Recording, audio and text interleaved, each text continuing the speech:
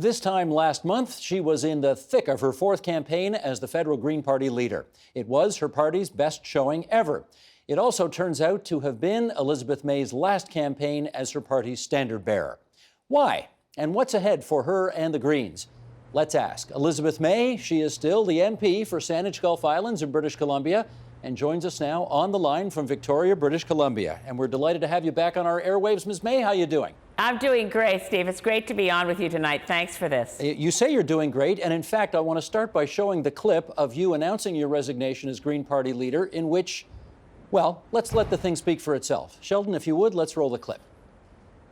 When I leave as leader of the Green Party of Canada, we've got momentum, we've got growth, we've got exciting leadership, and I know we will have all of these.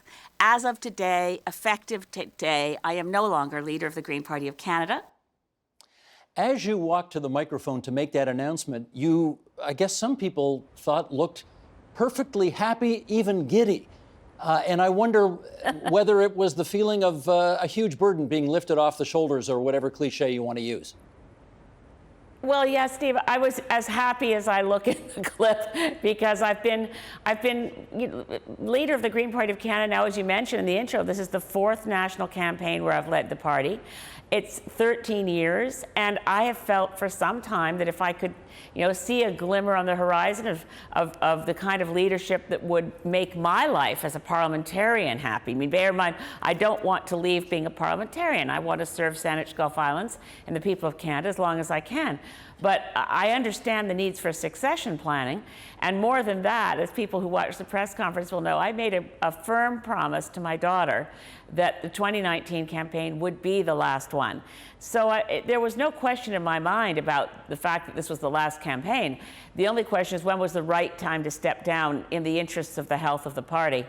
And I couldn't do that election night because I hadn't sat down with party governance structures and leadership bodies. We're a very grassroots party, and the leader doesn't act unilaterally. So fortunately for me, we had a full weekend meeting planned the first weekend of November in Ottawa with all the essential entities of the party, the federal council, the shadow cabinet, and a new entity in the party having a federal Green caucus. So Paul Manley and Jenica Atwin were both there too.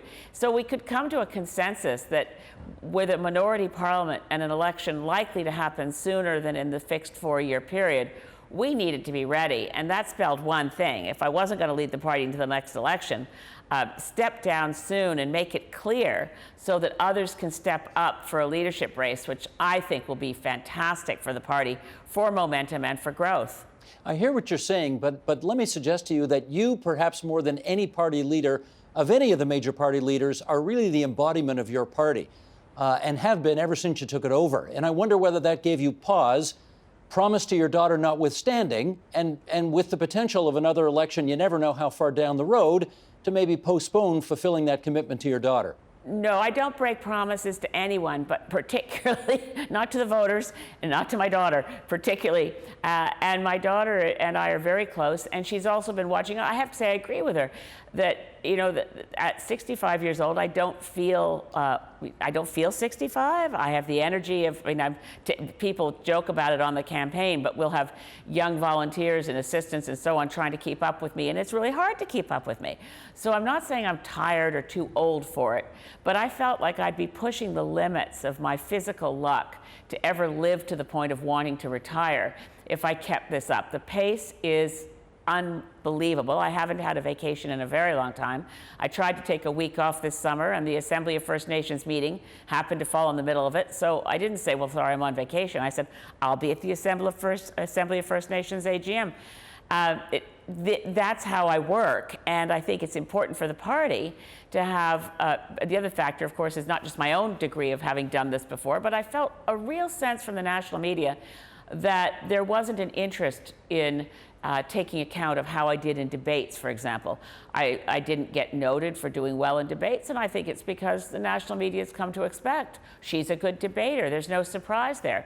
So I think the party will do better with new leadership, with the novelty of somebody that people want to get to know.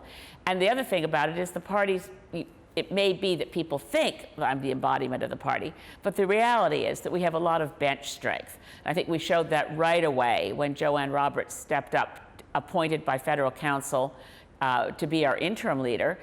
She's very impressive and able and capable of stepping up and replacing me in things like CBC The House or CTV Question Period. She holds her own, and she is just fantastic. Well, we have a lot of other people, former candidates and other Green supporters, who are very likely to excite the Canadian imagination in politics. Yes, the Greens are here to stay, and the 10th leader of the party is going to be fantastic.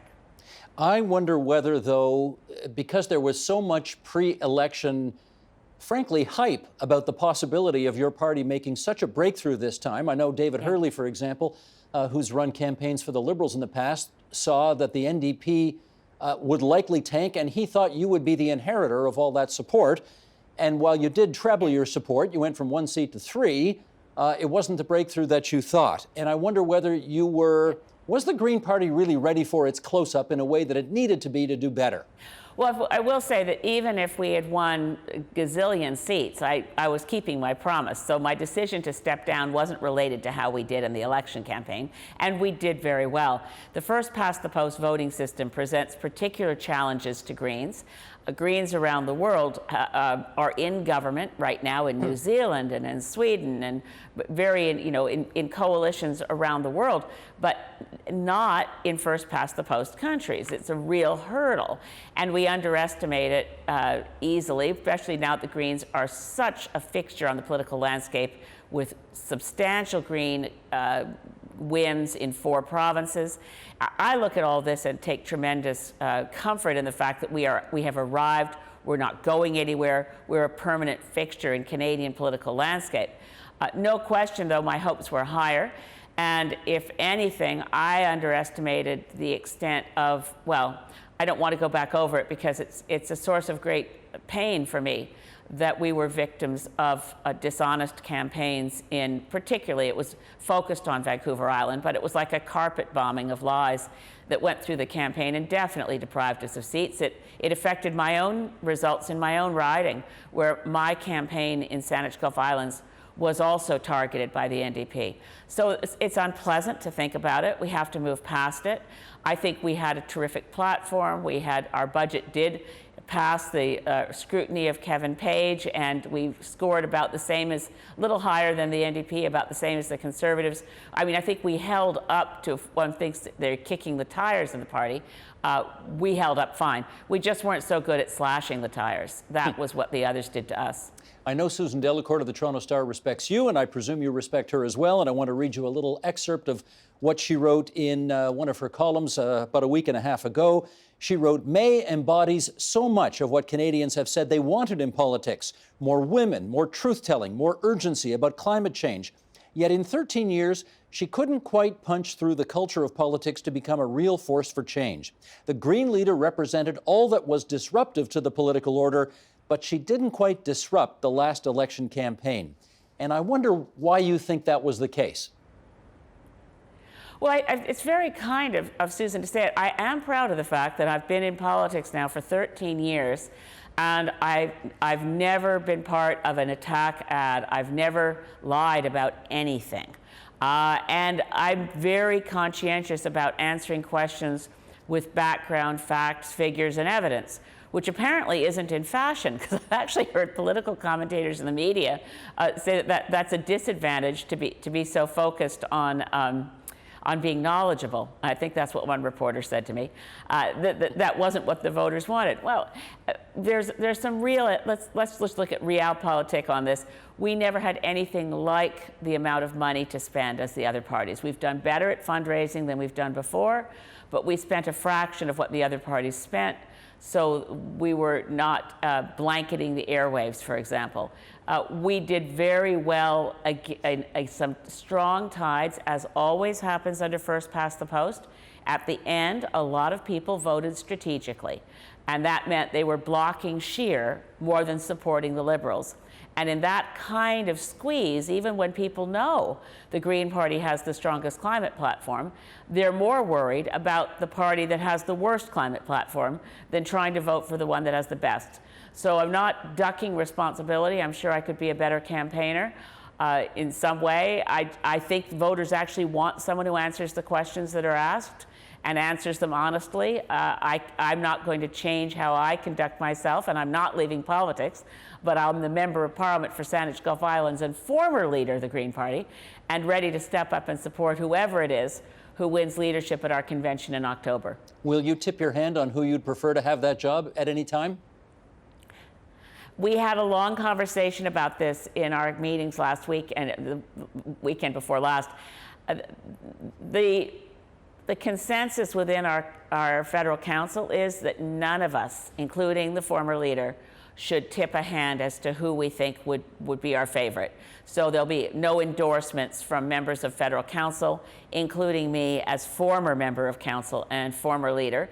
There are some very exciting candidates stepping up, and I will say that I think we should make sure that the next leader is fully bilingual. I struggled at the beginning. I certainly improved my French a lot in the time I was leader, and I think by the end there wasn't a problem at all with my French, but I think we'll stand a better chance, particularly now that we really are showing signs of real growth in Quebec, that we have a French-speaking leader. I'm very, when I think of the things I'm angry about, Steve, from the election campaign, TVA from Quebec deciding to run a debate with all the leaders present except me was very unfortunate, and that's the moment when Blanchet took off and the Bloc Québécois grew so phenomenally.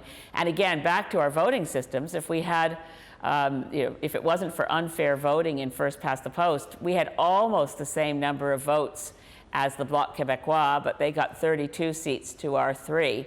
So as you can tell, I'm not giving up on trying to get Justin Trudeau to keep the promise he made in 2015 that we need to get rid of first past the post and bring in a voting system that more accurately reflects, or reflects at all, the way Canadians actually voted. Fair enough, but we do have the system we have, and we've had it for 152 years, and it's not going anywhere for the short run anyway. And to that end, I know that in the past, for example, I think in the election of 10 or 11 years ago, you and the former Liberal leader, Stéphane Dion, had some kind of non-aggression pacts going where you'd agreed not to run a candidate in one of his ridings, and he agreed not to run a candidate in a riding where you thought you'd do better. Given that you might have to get creative to get more seats in a first-past-the-post, can you see pursuing those kinds of alternatives going forward? Well, for one thing, Stéphane Dion and I had a leaders' courtesy agreement in 2008. The next time from 2008 till now that there was a new leader of a political party that didn't have a seat in the House of Commons where a leaders' courtesy agreement would apply was when Jagmeet Singh had leadership but didn't have a seat in the House. So we reciprocated what happened between Stéphane Dion, the Liberals, and the Greens in 2008. And we didn't run anyone in Burnaby South to give Jagmeet Singh a better chance to win that seat in the by-election. It's unlikely, or at least it's questionable, that he would have won without our leaders' courtesy agreement. And he reciprocated by running attack ads into my riding. So I don't think there'll be any courtesy agreements with the NDP in the near future. Being creative shouldn't mean abandoning principle. And the reality is that only the Greens right now stand firmly on the evidence that the climate crisis is far more urgent than the Liberals with a non-plan and the NDP with a non-plan would have us believe. We are at the moment of reckoning. We are close to a point of no return. And in the way that the campaign was covered, I think voters could be forgiven for thinking, well, the only party that's really not going to do something on climate is the Conservatives or the People's Party. So Liberals, NDP, or Greens are all committed to climate action. The reality is they're not. The NDP and the Liberals have committed to targets that mean that we absolutely miss the essential advice of global science, which is that we must go off fossil fuels far faster, that we're facing accelerating, self-accelerating, unstoppable levels of global warming if we don't act in the very near term. In other words, by 2030, we must have achieved substantial reductions in the order of 60% in Canada. Our target is still 30%. Ms. May, of course, you're all about to get into a minority parliament once Parliament reconvenes. And, I want to get your sense about how much impact you think you can have on the government's climate agenda, given that the NDP, which holds the balance of power along with you, are broke. They don't seem to be in much of a position to put pressure on the government in a way that, say, previous balance of power holders could. You might put yourself in the same category. Who knows what the Bloc is going to be cooperative on? As you look towards the next Parliament, what do you think is possible? I think it really depends on the civil society movements that we saw spring up. And the month of September 20th to 27th saw more than 1 million Canadians participate in action, demanding real climate action. Ironically, one of them was Justin Trudeau and another was Jagmeet Singh, both of whom since the election have shown that climate action is not their priority. It is the Green priority. It's my personal priority. And Paul Manley from Nanaimo Ladysmith and Jenica Atwin from Fredericton, as a caucus of 3, we don't have the numbers that are needed. It could have easily been that we had balance of power if the Conservatives had won more seats and the Liberal gap was narrower than 13. But we have the cards we are dealt, and Greens will stand firm on principle and never vote confidence in a government that doesn't have the climate plan and the climate target that science demands, which means twice what we currently are committed to doing, because the target was left in place by Stephen Harper and hasn't been improved since then. It's not a matter of politics, it's science. It's really coming down to a matter of life and death. And I don't want to sound overdramatic or hyperbolic, but when you look at the daily news coming out of the scientific literature, we are running out of time. So what we do in Parliament can augment only what people can do by pressuring. Every climate concerned Canadian who thought, well, I can vote Liberal, I can vote NDP, they'll act on climate. It's clear they won't without massive pressure from the public. So I'll be going to the climate negotiations that start next month in Madrid. I will be meeting with the Prime Minister this Friday. On every occasion, in the House, on the streets, in the media, wherever we mobilize as Greens, we'll be demanding that Canada pull our fair share of the weight to respond to this global emergency. We're not there yet. We must be. And we're not worried about having another election. We're not broke. We ended up with in a good financial position relative to where we always are. We don't have the money of the big guys, but we don't have the debt of the big guys either. We're ready for an election any time if it means getting climate action. Can I ask you more about the meeting you have with the Prime Minister coming up on Friday? Is that one-on-one or with staff, or what do you want to get out of it? Talk about all that if you would. Well, he'll have his chief of staff. I'll have my chief of staff. So it's one-on-one for the in the context of meeting with the Prime Minister. Usually there's somebody with us. I'm always hopeful because there's no other way in which we can operate in a time of such dire peril. If you operate within sort of a miasma of despair, you're not going to get anywhere. No, but you said very clearly during the leaders' debate you were very unhappy with him and extremely disappointed. So what's the basis for the optimism? I'm massively disappointed. I'm betrayed. We were promised real climate action. We were promised Canada is back. Well, Canada is back with the same target Stephen Harper had, and bringing in carbon taxes, bringing in a clean fuel standard. These are good steps, but they're tiny, little incremental steps when we need bold action that says we need to reduce our dependency on fossil fuels as rapidly as possible. We need 60% reductions in emissions by 2030. And the target, which Trudeau has accepted, of 30%, is one that they still haven't met. Meeting the target that the Liberals have committed themselves to is meeting a target to disaster. They have to be prepared to look at the science while there's still time. I will not give up, obviously, and I really hope voters, citizens of this country who care about climate action will register with the party. If they voted Liberal or they voted NDP and they knew the Green Party plan was better, but they thought, oh, well, we have to be pragmatic here. We have to be strategic. Well, the pragmatic solutions are in actually taking the action required to avoid a global catastrophe from which human civilization may not survive. These are not small stakes. And yet immediately after the election, Jagmeet Singh issued a press conference in which he said, what his bottom lines were, good things to do, but he didn't mention climate.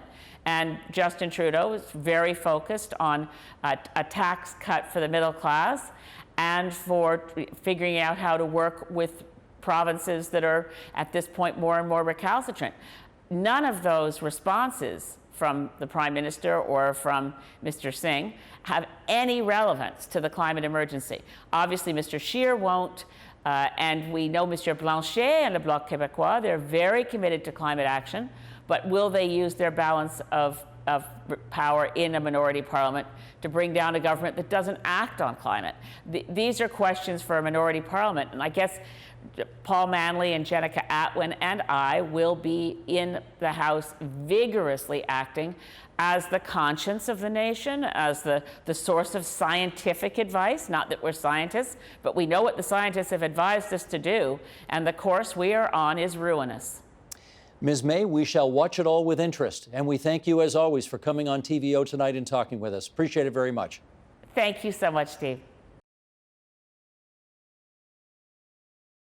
The Agenda with Steve Paikin is brought to you by the Chartered Professional Accountants of Ontario. CPA Ontario is a regulator, an educator, a thought leader, and an advocate. We protect the public. We advance our profession. We guide our CPAs. We are CPA Ontario. And by viewers like you. Thank you.